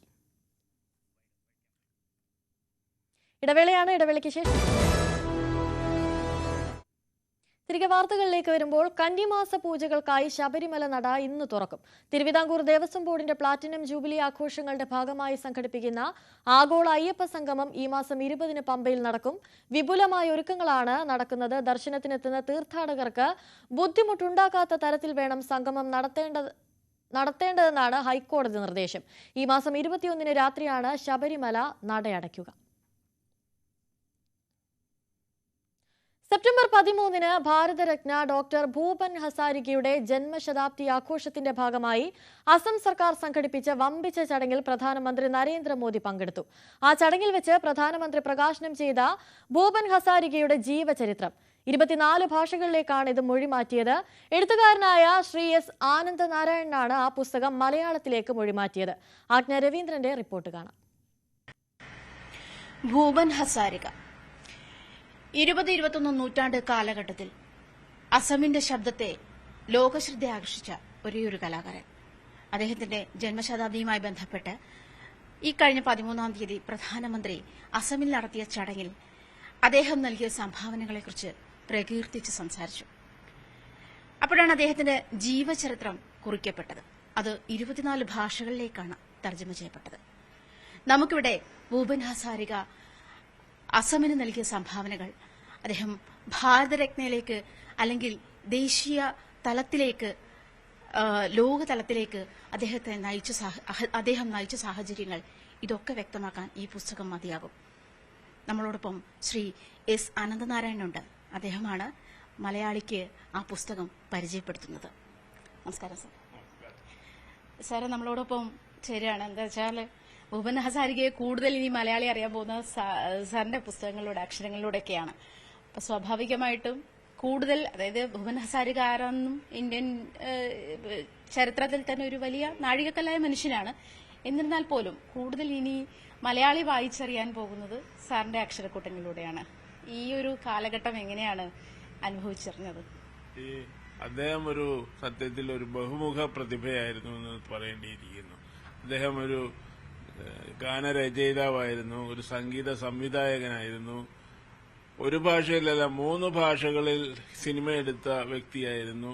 ഇതിനെല്ലാറ്റിനും അപ്പുറം വടക്കുകിഴക്കേ ഇന്ത്യയുടെ ജനങ്ങളുടെ ഇടയിൽ സമാധാനവും സഹവർത്തിത്വവും നടപ്പിലാക്കാനായിട്ട് പ്രവർത്തിച്ച ഒരു സാമൂഹ്യ പ്രവർത്തകൻ കൂടിയായിരുന്നു. അതായത് കവിത എഴുതുന്നത് ഒരു ജീവിതമാർഗമായിട്ടല്ല അദ്ദേഹം കണ്ടിരുന്നത്. അദ്ദേഹം അതിനെ ഒരു പ്രത്യേക ലക്ഷ്യത്തോടുകൂടി വേണം ഓരോ ഗാനവും രചിക്കാനെന്ന് കരുതിയിരുന്ന വ്യക്തിയാണ്. അപ്പോൾ അത്രയും ബഹുമുഖ പ്രതിഭയായ ഒരാളെ മലയാളികൾക്ക് സത്യത്തിൽ പരിചയപ്പെടുത്തേണ്ടത് ഒരാവശ്യമാണെന്ന് എനിക്ക് തോന്നി. ഞാൻ നേരത്തെ തന്നെ ഭൂപൻ ഹസാരികയുടെ ഒരു ഫാനായിരുന്നു. അദ്ദേഹത്തിന്റെ സിനിമാ ഗാനങ്ങൾ, പ്രത്യേകിച്ചും രുദാലിയിലെ ദിൽ ഹൂം ഹൂം കരെ എന്നുള്ള ആ പാട്ട്, ഹൃദയസ്പർശിയായ പാട്ട് കേട്ട് ഞാൻ വികാരഭരിതനായിട്ടുണ്ട്. അപ്പോൾ ഇങ്ങനെ ഭൂപൻ ഹസാരികയെ കുറിച്ച് മലയാളത്തിൽ അദ്ദേഹത്തിന്റെ ജീവചരിത്രം അദ്ദേഹത്തിന്റെ ജന്മശതാബ്ദി വേളയിൽ നടത്തണമെന്ന് ആസാം പ്രസിദ്ധീകരണ ബോർഡ് ആവശ്യപ്പെട്ടപ്പോൾ എനിക്ക് യാതൊരു മടിയും ഉണ്ടായിരുന്നില്ല ആ ദൌത്യം ഏറ്റെടുക്കാനായിട്ട്. പക്ഷെ 3 മാസത്തിനിടയിൽ ഇത് തീർക്കണമെന്നുള്ള ഒരു ടൈറ്റ് ഷെഡ്യൂൾ അതിന്റെ ഉള്ളിലുണ്ടായിരുന്നു. അത് തീർക്കാൻ 3 മാസത്തിനുള്ളിൽ തീർത്തു കൊടുക്കാൻ സാധിച്ചു എന്നുള്ളതിൽ എനിക്ക് അതിയായ ചാരിതാർത്ഥ്യവുമുണ്ട്. ഈ വടക്കിഴക്കൻ കലഹകാലത്ത് കൂടുതലും സമാധാനത്തിനും അല്ലെങ്കിൽ മതസൗഹാർദ്ദത്തിനും ഒക്കെ വേണ്ടിയിട്ട് പ്രവർത്തിച്ചൊരു സാമൂഹ്യ പരിഷ്കർത്താവ് കൂടിയാണല്ലോ അദ്ദേഹം. സരഭ പറഞ്ഞ പോലെ ബഹുമുഖ പ്രതിഭയാണ്. അപ്പോൾ അത്തരമുള്ള ഒരു സംഘർഷകാലമൊക്കെ അദ്ദേഹത്തിന്റെ എന്തായാലും ഓട്ടോബയോഗ്രഫിയിൽ ഉണ്ടാകും. ആ ഒരു ഇത് സാർ എങ്ങനെയാണ് ഒരു പഠന വിധേയമാക്കി തന്നെയാണോ മുന്നോട്ട് പോയത്. അതെ, അവിടുത്തെ വിവിധ ഗോത്രവർഗക്കാർ തമ്മിൽ പല സംഘർഷങ്ങളും ഈ 1960 മുതൽ ഇങ്ങോട്ട് ഉണ്ടായിട്ടുണ്ട്. അതിന്റെ അലയൊലികൾ നമ്മുടെ നാട്ടിലും പലപ്പോഴും ഉണ്ടായിട്ടുണ്ട്. ഉദാഹരണത്തിന് ഉൾഫ, ആസാമിലെ ഉൾഫയുടെ പ്രവർത്തനങ്ങൾ, അല്ലെങ്കിൽ നാഗാലാൻഡിലെ വിഭജന പ്രവർത്തനങ്ങൾ, ഇതെല്ലാം സത്യത്തിൽ വടക്കിഴക്കേ ഇന്ത്യ അവഗണിക്കപ്പെട്ടതിന്റെ ചില ലക്ഷണങ്ങളായിരുന്നു. പക്ഷേ തന്റെ മാതൃരാജ്യത്തെ മാത്രമല്ല ആസാമിനെ കൂടി സ്നേഹിച്ചിരുന്ന അദ്ദേഹം അദ്ദേഹത്തിന്റെ ഗാനങ്ങളിലൂടെ, അദ്ദേഹത്തിന്റെ കലാപ്രവർത്തനങ്ങളിലൂടെ ജനങ്ങളെ ഒന്നിച്ചു കൊണ്ടുവരാൻ അദ്ദേഹം ശ്രമിച്ചിരുന്നു എന്നുള്ളത് ആ പുസ്തകത്തിലൂടെ നമുക്ക് മനസ്സിലാവും. സത്യത്തിൽ സാമുദായിക കലാപങ്ങളെ ഒരു പാട്ടിന്റെ ബ്രിഗേഡ് അവസാനിപ്പിച്ച ചരിത്രം ആസാമിലല്ലാതെ മറ്റെങ്ങും ഉണ്ടാവില്ല. അതിലാണ് ഭൂപൻ ഹസാരിക എല്ലാ പാർട്ടിപരമായിട്ടുള്ള അഭിപ്രായ വ്യത്യാസങ്ങൾക്കും അതീതനായിരുന്നു. സത്യത്തിൽ അതിരുകൾക്ക് അതീതനായ മനുഷ്യൻ എന്ന് തന്നെയാണ് ആ പുസ്തകത്തിന് മറ്റൊരു തലക്കെട്ട് കൊടുത്തിരിക്കുന്നത്. അദ്ദേഹത്തിന്റെ ഒരുപക്ഷെ വളർച്ചയുടെ പല ഘട്ടങ്ങളിൽ അദ്ദേഹം വളരെയധികം ദേശീയ നേതാക്കളുടെ സ്വാധീനത്തിൽ പെട്ടിരുന്നതുകൊണ്ടാവാം ഡോക്ടർ രാധാകൃഷ്ണൻ, ശ്യാമപ്രസാദ് മുഖർജി തുടങ്ങിയ നേതാക്കളുടെ സ്വാധീനത്തിൽ വലയത്തിൽപ്പെട്ടതുകൊണ്ടുകൂടിയായിരിക്കണം അത്തരത്തിലുള്ളൊരു കാഴ്ചപ്പാട് അദ്ദേഹത്തിനുണ്ടായത്. പ്രധാനമന്ത്രി നരേന്ദ്രമോദിയുടെ ജന്മദിനാഘോഷത്തിന്റെ ഭാഗമായി അദ്ദേഹത്തിന്റെ ചിത്രം പതിപ്പിച്ച 75 ഡ്രോണുകൾ വിന്യസിക്കാൻ ഒരുങ്ങി ഡൽഹി സർക്കാർ. മോദിയുടെ ജന്മദിനമായ സെപ്റ്റംബർ 17-ന് ഡൽഹിയിലെ ത്യാഗരാജ സ്റ്റേഡിയത്തിലാണ് ഡ്രോണുകൾ വിന്യസിക്കുന്നതെന്ന് സർക്കാർ ഉദ്യോഗസ്ഥർ അറിയിച്ചു.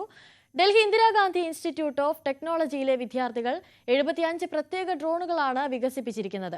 ഈ ഡ്രോണുകൾ പിന്നീട് ഡൽഹി പോലീസിന് കൈമാറുമെന്നും ഡൽഹി സർക്കാർ അറിയിച്ചു. ഡ്രോണുകൾ പ്രവർത്തിപ്പിക്കാൻ വനിതാ കോൺസ്റ്റബിൾ ഉദ്യോഗസ്ഥർക്ക് പ്രത്യേകം പരിശീലനവും നൽകിയിട്ടുണ്ട്. പ്രധാനമന്ത്രിയുടെ 75-ാം ജന്മദിനത്തോടനുബന്ധിച്ച് 75 പദ്ധതികളും പരിപാടികളുമാണ് ഡൽഹി സർക്കാർ ലക്ഷ്യമിടുന്നത്. ഇടുക്കി മൂന്നാറിൽ ധനകാര്യ സ്ഥാപനം പൂട്ടി ഉടമകൾ മുങ്ങിയതോടെ പരാതിയുമായി നിക്ഷേപകർ രംഗത്ത്. മാട്ടുപ്പെട്ടി റോഡിൽ പ്രവർത്തിച്ചിരുന്ന നെറ്റ്സ്റ്റാർ ഗ്രൂപ്പ് ഓഫ് കമ്പനീസ് എന്ന സ്ഥാപനത്തിനെതിരെയാണ് നിക്ഷേപകർ പരാതിയുമായി രംഗത്തെത്തിയിരിക്കുന്നത്.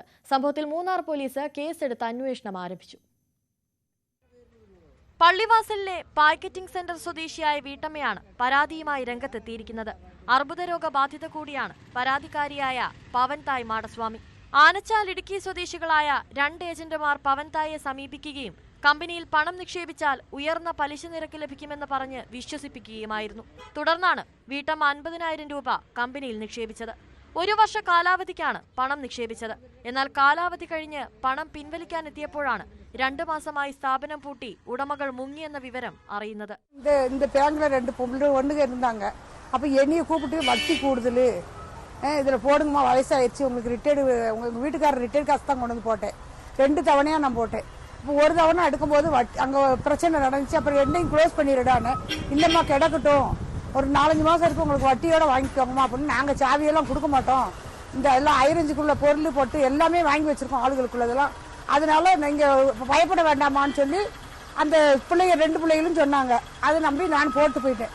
இப்போ நான் காலாவதி முடிஞ்சு வந்து பார்க்கும்போது இங்கே எல்லாம் அடைச்சு கிடக்குது. பேங்க் என்னன்னு கேட்டால் இந்த பிள்ளைங்க வேற பேங்க்ல போய் குத்த வச்சுக்கிட்டு உட்காந்துக்கிட்டு இருக்காங்க. அப்போ என் காசு எனக்கு வேணும் இல்லை. அப்போ நான் யார்கிட்ட கேட்கறது? இவங்கள்ட்ட கொடுத்தவங்கள்ட்ட தான் நான் வாங்க முடியும். ஆனால் പോലീസിൽ കംപ്ലൈന്റ് பண்ணியிருக்கிறேன். കമ്പനി അധികൃതരുമായി ബന്ധപ്പെടാൻ കഴിയാതെ വന്നതോടെയാണ് പവൻതായി മൂന്നാർ പോലീസിൽ പരാതി നൽകിയത്.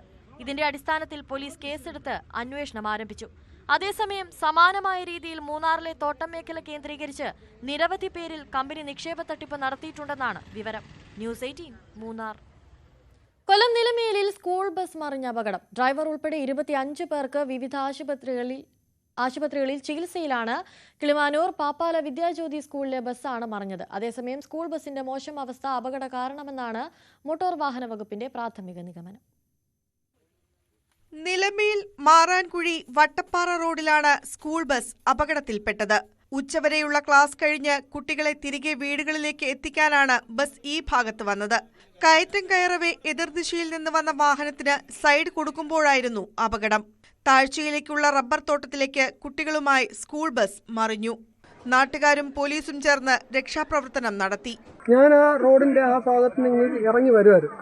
ഇറങ്ങി വന്ന് ഞാൻ ഇറങ്ങി വരാൻ അവിടെ എത്തിയപ്പോൾ ഈ വണ്ടി നേരെ കയറ്റി അവിടെ നിർത്തിയൊക്കെയാണ്. വണ്ടി കയറുന്നില്ലായിരുന്നു. ആ അവസ്ഥയിൽ ഇവർ അടവെച്ച് മുകളിലോട്ട് കയറ്റാനുള്ള ശ്രമം നടത്തുമായിരുന്നു. ഞാനങ്ങനെ വണ്ടി ആ വഴിയിലോട്ട് നിർത്തിയിട്ട് ഇവർക്ക് എന്തെങ്കിലും സഹായം വേണമെന്ന് അറിയാൻ ഇങ്ങോട്ട് ഇറങ്ങി വരുന്ന സമയം നേരെ ഈ വണ്ടി ഈ ബാക്കിലോട്ട് പോണ ഒരു ദൃശ്യമാണ് ഞാൻ കണ്ടത്. എൻ്റെ കൺമുന്നിലാണ് ആ വണ്ടി 4 കർണം മറിഞ്ഞ് താഴെ പോയത്. പരിക്കേറ്റ കുട്ടികളിൽ 11 പേർ കടയ്ക്കൽ താലൂക്ക് ആശുപത്രിയിലും ഡ്രൈവർ ഉൾപ്പെടെ 4 പേർ പാരിപ്പള്ളി മെഡിക്കൽ കോളേജിലും 9 കുട്ടികൾ കടയ്ക്കലിലെ സ്വകാര്യ ആശുപത്രിയിലും ഒരാൾ തിരുവനന്തപുരം SAT ആശുപത്രിയിലും ചികിത്സ തേടി. നിസ്സാര പരിക്കേറ്റ കുട്ടികളെ ഡിസ്ചാർജ് ചെയ്തു. അപകടത്തെ തുടർന്ന് കൊല്ലം എൻഫോഴ്സ്മെന്റ് RTOയുടെ നേതൃത്വത്തിൽ മിന്നൽ പരിശോധന നടത്തി. ന്യൂസ് 18 കൊട്ടാരക്കര. ഇടുക്കി മൂന്നാറിൽ SC ഫണ്ട് ഉപയോഗിച്ച് നിർമ്മിച്ച വീടുകൾ ഗുണഭോക്താക്കൾക്ക് കൈമാറാതെ നശിക്കുകയാണ്. ലക്ഷങ്ങൾ മുടക്കി പൂർത്തീകരിച്ച പദ്ധതിയാണ് ഭവനരഹിതർക്ക് ആശ്രയമാകാതെ അനാഥമാകുന്നത്. വെറുതെ കിടക്കുന്ന വീടുകളിൽ മദ്യപ സംഘങ്ങൾ തമ്പടിക്കുന്നതിനാൽ സ്വൈര ജീവിതത്തിനും പ്രതിസന്ധി ഉയരുകയാണ്. സംസ്ഥാനത്ത് തല ചായ്ക്കാൻ ഒരു കൂര പോലും ഇല്ലാതെ നിരവധി കുടുംബങ്ങൾ ബുദ്ധിമുട്ടുമ്പോഴാണ് ഇടുക്കിയിൽ വീടുകൾ അനാഥമായി കിടക്കുന്നത്. മൂന്നാർ പള്ളിവാസൽ പഞ്ചായത്തിലെ വിവിധ വാർഡുകളിലായി SC ഫണ്ട് ഉപയോഗിച്ച് നിർമ്മിച്ച 20 വീടുകളാണ് ഗുണഭോക്താക്കൾക്ക് കൈമാറാത്തത്. നിർമ്മാണം പൂർത്തീകരിച്ച വീടുകളും പാതി വഴിയിൽ നിർമ്മാണം ഉപേക്ഷിച്ച വീടുകളും ഇക്കൂട്ടത്തിലുണ്ട്. വെറുതെ കിടക്കുന്ന വീടുകളിൽ മദ്യപ സംഘങ്ങൾ തമ്പടിക്കുന്നത് പ്രദേശവാസികൾക്ക് വലിയ തലവേദനയും സൃഷ്ടിക്കുന്നുണ്ട്. വീടുകളിൽ പലതിലും കാട് കയറി പാതി നശിച്ച അവസ്ഥയിലാണ്. ഇഴജന്തുക്കളുടെ ശല്യവുമുണ്ട്. ലക്ഷങ്ങൾ മുടക്കി നിർമ്മിച്ച വീടുകൾ അർഹരായവർക്ക് കൈമാറി പ്രശ്നം പരിഹരിക്കണമെന്നാണ് നാട്ടുകാരുടെ ആവശ്യം. ന്യൂസ് 18 ഇടുക്കി. വീണ്ടും ചെറിയൊരു ഇടവേളയാണ്. ഇടവേളയ്ക്ക് ശേഷം മടങ്ങി. വർണ്ണവിസ്മയം തീർക്കുകയാണ് നിലമ്പൂർ സ്വദേശി ഷാനവാസ്. സ്റ്റെയിൻഡ് ഗ്ലാസിൽ ഗ്ലാസ് ആർട്ട് ചെയ്യുന്ന അപൂർവം കലാകാരന്മാരിൽ ഒരാളാണ് ഷാനവാസ്. നൂറ്റാണ്ട് പഴക്കമുള്ള കലാരൂപത്തിൽ സ്വന്തമായൊരു മാതൃക തന്നെ തീർത്തിട്ടുണ്ട് ഈ നിലമ്പൂരുകാരൻ.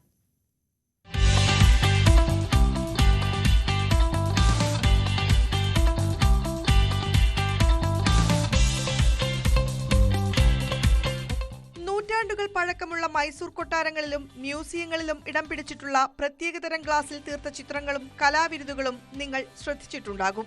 ഇന്ന് കേരളത്തിനകത്തും പുറത്തുമുള്ള നിരവധി ക്രൈസ്തവ ദേവാലയങ്ങളിൽ ഇത്തരം ഗ്ലാസ് കലാരൂപങ്ങൾ കാണാം. സ്റ്റെയിൻഡ് ഗ്ലാസ് ആർട്ട് എന്നറിയപ്പെടുന്ന കലാവിസ്മയത്തെ സ്വന്തം വിരലുകളിലേക്ക് ആവാഹിച്ച് വിസ്മയം തീർക്കുകയാണ് നിലമ്പൂർ എടക്കരയിലെ മൂത്തേടം സ്വദേശി VK ഷാനവാസ്. വിദേശ നിർമ്മിത കളർ ഗ്ലാസുകളിൽ ചിത്രങ്ങൾ വരയ്ക്കുന്ന കേരളത്തിലെ അപൂർവം കലാകാരന്മാരിൽ ഒരാളാണ് ഇദ്ദേഹം. ഇത് കളർ ഗ്ലാസ്, വിദേശ നിർമ്മിത കളർ ഗ്ലാസുകൾ ഓരോ ഡിസൈനായി കട്ട് ചെയ്തുകൊണ്ടാണ് നമ്മൾ ഡിസൈൻ ചെയ്യുന്നത്. ദേവാലയങ്ങൾക്കാണ് ഏറ്റവും പ്രധാനമായി ഇത്തരം ഒറിജിനൽ സ്റ്റെയിൻ ഗ്ലാസ് ഉപയോഗിക്കുന്നത്. ഇതിൽ പെയിന്റിംഗ് വരുന്നില്ല. 100% വിദേശ നിർമ്മിത കളർ ഗ്ലാസുകൾ ഓരോ ഡിസൈൻ അനുസരിച്ച് കട്ട് ചെയ്ത് തരുന്ന ഡിസൈനിൽ നമ്മൾ സ്റ്റെയിൻ ഗ്ലാസ് ചെയ്യുകയാണ് ചെയ്യുന്നത്.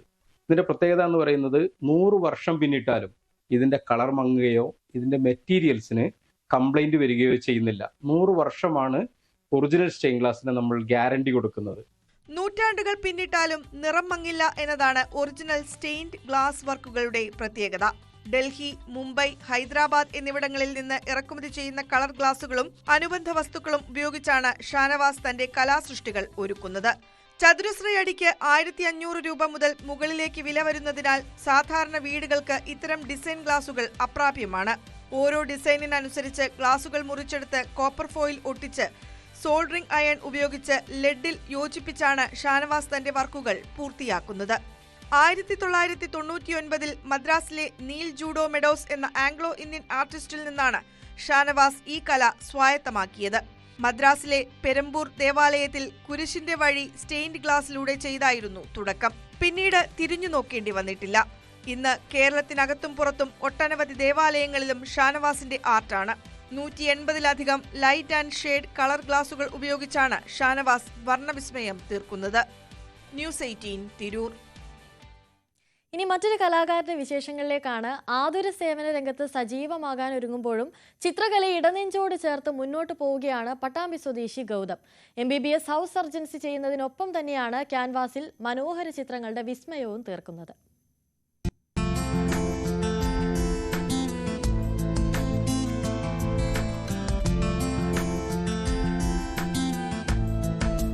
MBBS പഠനം കഴിഞ്ഞ് ഹൗസ് സർജൻസിക്കുള്ള ഒരുക്കത്തിലാണ് പട്ടാമ്പി തെക്കുമുറി സ്വദേശി ഗൗതം. ഇതിനിടെ ക്യാൻവാസിലും ചിത്രകലയുടെ ലോകം തീർക്കുകയാണ് ഈ യുവാവ്. പാരിപ്പള്ളി ഗവൺമെന്റ് മെഡിക്കൽ കോളേജിലായിരുന്നു പഠനം. ഒഴിവ് സമയം ഉപയോഗപ്പെടുത്തിയാണ് മനോഹര ചിത്രങ്ങൾ ഒരുക്കുന്നത്.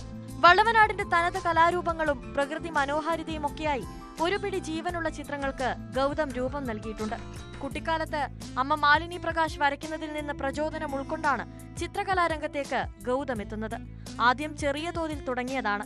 Water colour, acrylic painting, portrait drawing തുടങ്ങി ഗൗതമിന്റെ ഗാലറിയിൽ നിരവധി ചിത്രങ്ങൾ ഇടം പിടിച്ചു. ഞാനിപ്പോൾ പാരിപ്പള്ളി മെഡിക്കൽ കോളേജിലാണ് പഠിക്കുന്നത്. അവിടെ ഇപ്പോൾ ഹൗസ് സർജനാണ്. പലപ്പോഴും ചിത്രം വരയ്ക്കാൻ ഒരു സമയം കിട്ടാറില്ല. എങ്കിലും ഒഴിവ് സമയങ്ങളിൽ വീട്ടിലും മറ്റും വരുമ്പോഴാണ് ചിത്രങ്ങൾ വരയ്ക്കാറ്. ജലച്ഛായമാണ് ഇഷ്ടപ്പെട്ട മീഡിയം. ഇപ്പോഴാണ് അക്രിലിക് ചിത്രങ്ങൾ വരയ്ക്കാൻ തുടങ്ങിയത്. ഏതാണ്ട് 7ഓളം അക്രിലിക് ചിത്രങ്ങൾ വരച്ചിട്ടുണ്ട്. ഇനി തുടർന്നും ചിത്രങ്ങൾ മുന്നോട്ട് കൊണ്ടുപോകാൻ തന്നെയാണ് താല്പര്യം. സമയം കിട്ടുമ്പോൾ ഒഴിവ് നേരങ്ങളിലും മറ്റും ചിത്രങ്ങൾ വരയ്ക്കണം. കൂടുതൽ ഇത്തരത്തിലുള്ള കലാരൂപങ്ങളും മറ്റും വരയ്ക്കാനാണ് കൂടുതൽ താല്പര്യം. പിന്നെ പ്രൊഫഷൻ്റെ ഒപ്പം ഇതും ഭാവിയിൽ കൊണ്ടുപോകാൻ തന്നെയാണ് തീരുമാനം.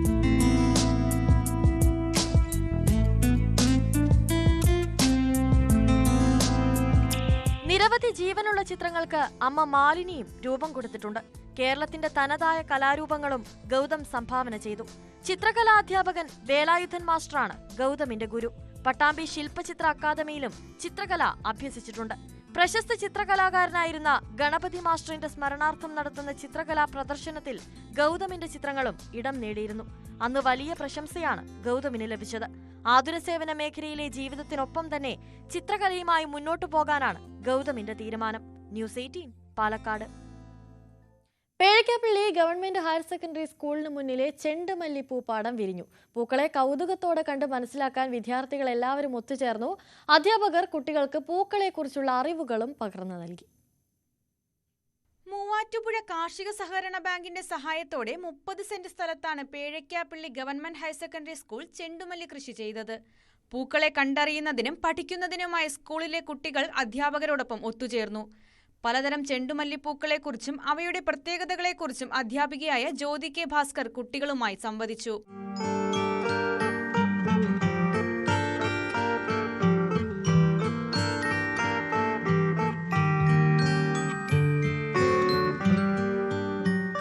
കോതമംഗലം ബ്ലോക്ക് പഞ്ചായത്തിന് കീഴിലുള്ള നഴ്സറിയിൽ നിന്നും മഞ്ഞ ഓറഞ്ച് നിറത്തിലുള്ള 1500ഓളം ചെണ്ടുമല്ലി തൈകളാണ് ഇവിടെ കൃഷി ചെയ്തത്. സ്കൂളിലെ പരിസ്ഥിതി ക്ലബ്ബും SPC കുട്ടികളും കള പറിക്കുന്നതിനും മറ്റും സഹായികളായി ഉണ്ടായിരുന്നു. കണ്ണിന് കുളിർമയും സുഗന്ധവും നൽകുന്ന ചെണ്ടുമല്ലിപ്പൂക്കൾ കാണാൻ ധാരാളം ആളുകളാണ് ഇവിടേക്ക് ദിനംപ്രതി എത്തിക്കൊണ്ടിരിക്കുന്നത്. ന്യൂസ് 18 എറണാകുളം. കിടപ്പ് രോഗിയായ പ്രവാസിക്ക് താങ്ങായി കോതമംഗലം പീസ് വാലി. സ്ട്രോക്ക് ബാധിച്ച് ഓർമ്മ നഷ്ടപ്പെട്ട് നാട്ടിൽ മടങ്ങിയെത്തിയയാളെ ഏറ്റെടുക്കാൻ കുടുംബം തയ്യാറായിരുന്നില്ല. ഇതോടെയാണ് പീസ് വാലി സംരക്ഷണവുമായി മുന്നോട്ട് വന്നത്. മസ്കറ്റിൽ കഴിഞ്ഞ ഏപ്രിൽ 25-നാണ് മലപ്പുറം സ്വദേശി കൃഷ്ണനെ അബോധാവസ്ഥയിൽ പോലീസ് വഴിയരികിൽ നിന്ന് കണ്ടെത്തിയത്. ദീർഘനാളത്തെ ചികിത്സയ്ക്ക് ശേഷം ബോധം തിരികെ കിട്ടിയ ഇയാൾക്ക് ഓർമ്മയും ഭാഗികമായി ചലനശേഷിയും നഷ്ടപ്പെട്ടിരുന്നു. ആശുപത്രിയിൽ ആരും അന്വേഷിച്ചെത്താത്തതിനാൽ കൈവശമുണ്ടായിരുന്ന തിരിച്ചറിയൽ രേഖകൾ മുഖേന മസ്കറ്റ് പോലീസ് ഇന്ത്യൻ എംബസിയെ വിവരമറിയിച്ചു. എംബസി കൃഷ്ണന്റെ കുടുംബത്തെ ബന്ധപ്പെട്ടെങ്കിലും സാമ്പത്തിക പരാധീനതകൾ കാരണം ഇയാളെ ഏറ്റെടുക്കാൻ തയ്യാറായില്ല. തുടർന്ന് പീസ് വാലിയുടെ മസ്കറ്റ് ചാപ്റ്റർ പ്രവർത്തകർ വിഷയം ഏറ്റെടുക്കുകയും പീസ് വാലിയിൽ പ്രവേശിപ്പിക്കാനുള്ള നടപടികൾ കൈക്കൊള്ളുകയും ചെയ്തു. തുടർന്ന് ഇന്ത്യൻ എംബസി അധികൃതർ എറണാകുളം ജില്ലാ കളക്ടറെ ബന്ധപ്പെടുകയും കളക്ടർ പീസ് വാലിക്ക് ആവശ്യമായ ഉത്തരവുകൾ നൽകുകയും ചെയ്യുകയായിരുന്നു. വീട്ടുകാരുമായി ബന്ധപ്പെട്ട് അവരോടൊപ്പം കൃഷ്ണനെ അയക്കാൻ തുടർന്നും ശ്രമം നടത്തുമെന്ന് peace valley chairman PM Abubakar പറഞ്ഞു. എംബസിയിലെ കബീർ സാറ് നേരിട്ട് കൂട്ടിക്കൊണ്ടുവന്നാണ് കൃഷ്ണനെ. അദ്ദേഹത്തിൻ്റെ വീട്ടുകാർക്ക് സാമ്പത്തിക പ്രയാസങ്ങളും ബുദ്ധിമുട്ടൊക്കെ ഉള്ളതുകൊണ്ട് പിതാവിനെ ഏറ്റെടുക്കാൻ കഴിയില്ല എന്നാണ് അറിയിച്ചത്. അതിൻ്റെ അടിസ്ഥാനത്തിലാണ് കളക്ടർക്ക് ഇൻഫർമേഷൻ കൊടുക്കുകയും കളക്ടർ പീസ് വാലിയോട് ഏറ്റെടുക്കാൻ നിർദ്ദേശിക്കുകയും ചെയ്തതിൻ്റെ അടിസ്ഥാനത്തിലാണ് ഈ സ്ട്രോക്ക് വന്ന് ഈ പ്രയാസത്തിൽ കിടക്കുന്ന കൃഷ്ണനെ ഏറ്റെടുക്കാൻ തീരുമാനിച്ചത്.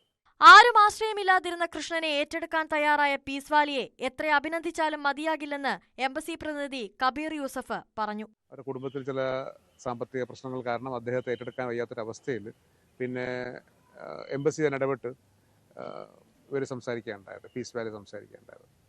അങ്ങനെയാണ് ഇത്രയും കുറച്ചെങ്കിലും ലാഗിങ് വന്നത്. എന്നിരുന്നാലും അദ്ദേഹത്തെ സുമനസ്സോടെ സ്വീകരിച്ച പീസ് വാലിക്ക് എൻ്റെ എല്ലാവിധ അഭിനന്ദനങ്ങളും സ്നേഹവും നന്ദി അറിയിക്കുന്നു. മുൻപ് 2 തവണ കൃഷ്ണനെ നാട്ടിലെത്തിക്കാൻ നീക്കം നടത്തിയെങ്കിലും അനാരോഗ്യം കാരണം വൈകി. ശനിയാഴ്ച വൈകിട്ട് 4-ന് എയർ ഇന്ത്യ എക്സ്പ്രസ് വിമാനത്തിലാണ് എംബസി ഉദ്യോഗസ്ഥരുടെ അകമ്പടിയോടെ കൃഷ്ണനെ എത്തിച്ചത്. എയർപോർട്ടിലെത്തിയ മെഡിക്കൽ സംഘം പ്രാഥമിക പരിശോധനകൾക്ക് ശേഷം ആംബുലൻസിലാണ് കൃഷ്ണനെ പീസ് വാലിയിലെത്തിച്ചത്.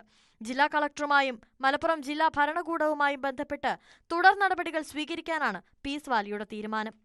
ന്യൂസ് 18 എറണാകുളം. സഹപ്രവർത്തകന്റെ ജീവൻ നിലനിർത്താൻ ബിരിയാണി ചലഞ്ചിലൂടെ ധനസമാഹരണം നടത്തി സൗഹൃദ കൂട്ടായ്മ. പുനലൂർ കല്ലട ബോയ്സ് ആണ് ഈ നല്ല മാതൃകയ്ക്ക് പിന്നിൽ. ഇരുവൃക്കകളും തകരാറിലായ സഹപ്രവർത്തകൻ രതീഷിന്റെ ജീവൻ നിലനിർത്തണമെങ്കിൽ കിഡ്നി മാറ്റിവെക്കണം. അതിന് ചിലവ് വരുന്നത് 50 ലക്ഷം രൂപ. സമൂഹ മാധ്യമങ്ങളിലൂടെ അഭ്യർത്ഥനയ്ക്ക് പുറമെ ബിരിയാണി ചലഞ്ച് അടക്കം സാധ്യമായതെല്ലാം ചെയ്യുകയാണ് ഇവർ. ബിരിയാണി ചലഞ്ചിലൂടെയും സമൂഹ മാധ്യമങ്ങളിൽ നടത്തിയ പ്രചരണത്തിലൂടെയും 25 ലക്ഷത്തോളം രൂപ സ്വരുക്കൂട്ടി. വലിയ തുക ഇനിയും വേണം.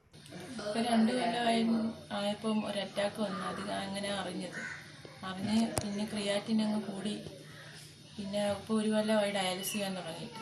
ആദ്യം 2 ഡയാലിസിസ് ആയിരുന്നു, പിന്നെ അത് 3 ആക്കി. ഇപ്പം ബുദ്ധിമുട്ട് വരുമ്പം ഡയാലിസിസ് ഇപ്പം ആഴ്ച 5 എണ്ണമൊക്കെ ചെയ്യുന്നുണ്ട്. ഇപ്പം ദേഹം മുഴുവൻ നീരും ശ്വാസം മുട്ടലും ഒക്കെ ഇപ്പം എപ്പോഴും ഉണ്ട്. ഭയങ്കര വെപ്രാളമൊക്കെയാണ്. ഇപ്പോൾ ഭയങ്കര ബുദ്ധിമുട്ടാണ്, നടക്കാനും ബുദ്ധിമുട്ടാണ്. ഇപ്പം 2 പേര് പിടിച്ചാലൊക്കെ നടക്കത്തുള്ളൂ. ദേഹം മുഴുവൻ നീരായിട്ട്, കാലെല്ലാം നീരായിട്ടിരിക്കുക. പുനലൂർ നഗരസഭയിലെ ഹൈസ്കൂൾ വാർഡിൽ TB ജംഗ്ഷനിൽ ഇന്ദിരാഭവനിൽ ആർ രതീഷ് 2 വൃക്കയും തകരാറിലായി തിരുവനന്തപുരം മെഡിക്കൽ കോളേജ് ആശുപത്രിയിൽ ചികിത്സയിലാണ്. ഭാര്യയും 3ഉം 1ഉം വയസ്സുള്ള 2 പെൺകുഞ്ഞുങ്ങളും അടങ്ങുന്ന കുടുംബത്തിന്റെ ഏക ആശ്രയമാണ് രതീഷ്. ആഴ്ചയിൽ 3 ഡയാലിസിസ് നടത്തിയാണ് ഇപ്പോൾ ജീവൻ നിലനിർത്തിപ്പോരുന്നത്. വാർഡ് കൗൺസിലർ PA അനസിന്റെ നേതൃത്വത്തിലാണ് ധനസമാഹരണം. ചികിത്സാ സഹായം സ്വരൂപിക്കാൻ യൂണിയൻ ബാങ്കിന്റെ പുനലൂർ ശാഖയിൽ അക്കൗണ്ടും തുറന്നിട്ടുണ്ട്. 57820100001487 എന്ന അക്കൗണ്ട് നമ്പറിലും 854762050506 എന്ന ഗൂഗിൾ പേ നമ്പറിലും സുമനസുകൾക്ക് പണമയക്കാം. നമ്മുടെ രതീഷിന്റെ ആ ജീവകാരുണ്യ പ്രവർത്തനത്തിന്റെ തുടക്കം മാത്രമാണ് ഇത്. ജനങ്ങളിലേക്ക് എങ്ങനെ സന്ദേശം എത്തിക്കാം എന്നുള്ളതിന്റെ അടിസ്ഥാനത്തിലാണ് കല്ലട ബോയ്സ് ക്ലബിലുള്ള ചെറുപ്പക്കാർ ഇങ്ങനൊരു ബിരിയാണി നൽകിക്കൊണ്ട് നമുക്ക് മറ്റുള്ളവർ ഇവിടെ വന്ന് കഴിച്ചിട്ട് അവർ കൊടുക്കുന്ന എത്ര സംഭാവനയായാലും അതെല്ലാം കൂട്ടിവെച്ച് ജനങ്ങളെ അറിയിക്കുക എന്നുള്ളൊരു ഉദ്യമം മാത്രം, അത് തുടക്കം മാത്രമാണ്. ഈ സാധാരണ ബിരിയാണി ചലഞ്ച് നടത്തുമ്പം അതിൽ നിന്ന് സ്വരൂപിക്കുന്ന പൈസയുടെ നല്ലൊരു ശതമാനം പൈസ ആ ബിരിയാണി ഉണ്ടാക്കുന്നതിന് വേണ്ടി ചെലവാക്കാറുണ്ട്. പക്ഷേ ഈ പരിപാടി എന്ന് പറയുന്നത് ബിരിയാണിയുടെ എല്ലാ ഉൽപ്പന്നങ്ങളും ഈ ക്ലബിന്റെയും മറ്റ് സുഹൃത്തുക്കളുമൊക്കെ സ്പോൺസർ ചെയ്തതാണ്. രതീഷിന് കിട്ടുന്ന 1 രൂപ പോലും ഈ ബിരിയാണിക്ക് വേണ്ടി നമ്മൾ ചെലവഴിക്കുന്നില്ല. അത് അവന്റെ ചികിത്സയ്ക്ക് വേണ്ടി നമ്മൾ ചെലവഴിക്കുന്നു. ഇതിലേക്ക് എല്ലാവരും, എല്ലാ ഈ സുഹൃത്തുക്കളും ഇതിലൊരു വൻപിച്ച വിജയപ്രദമാക്കുന്നതിന് വേണ്ടി ഞങ്ങളോടൊപ്പം സഹകരിക്കണമെന്ന് ഞങ്ങൾ വളരെ വിനീതമായി അഭ്യർത്ഥിക്കുന്നു. ന്യൂസ് 18 പുനലൂർ. ഇനി രാവിലെയുടെ സ്പെഷ്യൽ സെഗ്മെന്റിലേക്കാണ്. സ്പെഷ്യൽ ഡേയിലേക്ക് ഞങ്ങളുടെ പട്ടാമ്പി ലേഖകനായ വിഷ്ണുവിന്റെയും വിജിനയുടെയും മകൾ ഗ്രീഷ്മയുടെ പിറന്നാളാണിന്ന്. പട്ടാമ്പി ഗവൺമെന്റ് UP സ്കൂൾ വിദ്യാർത്ഥിനിയാണ് കുഞ്ചു എന്ന് വിളിക്കുന്ന ഗ്രീഷ്മയ്ക്ക് ന്യൂസ് 18 കുടുംബത്തിന്റെ പേരിലും പിറന്നാൾ ആശംസകൾ നേരുകയാണ്.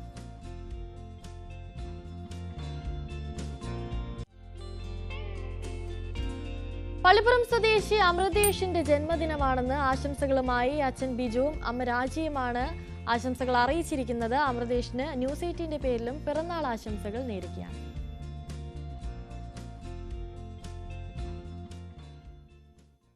രാവിലെയുടെ സമയം അങ്ങനെ ഇവിടെ പൂർണ്ണമാവുകയാണ്. വാർത്തകളും വിശേഷങ്ങളും ഒക്കെയായി നാളെ വീണ്ടും കാണാം. നമസ്കാരം.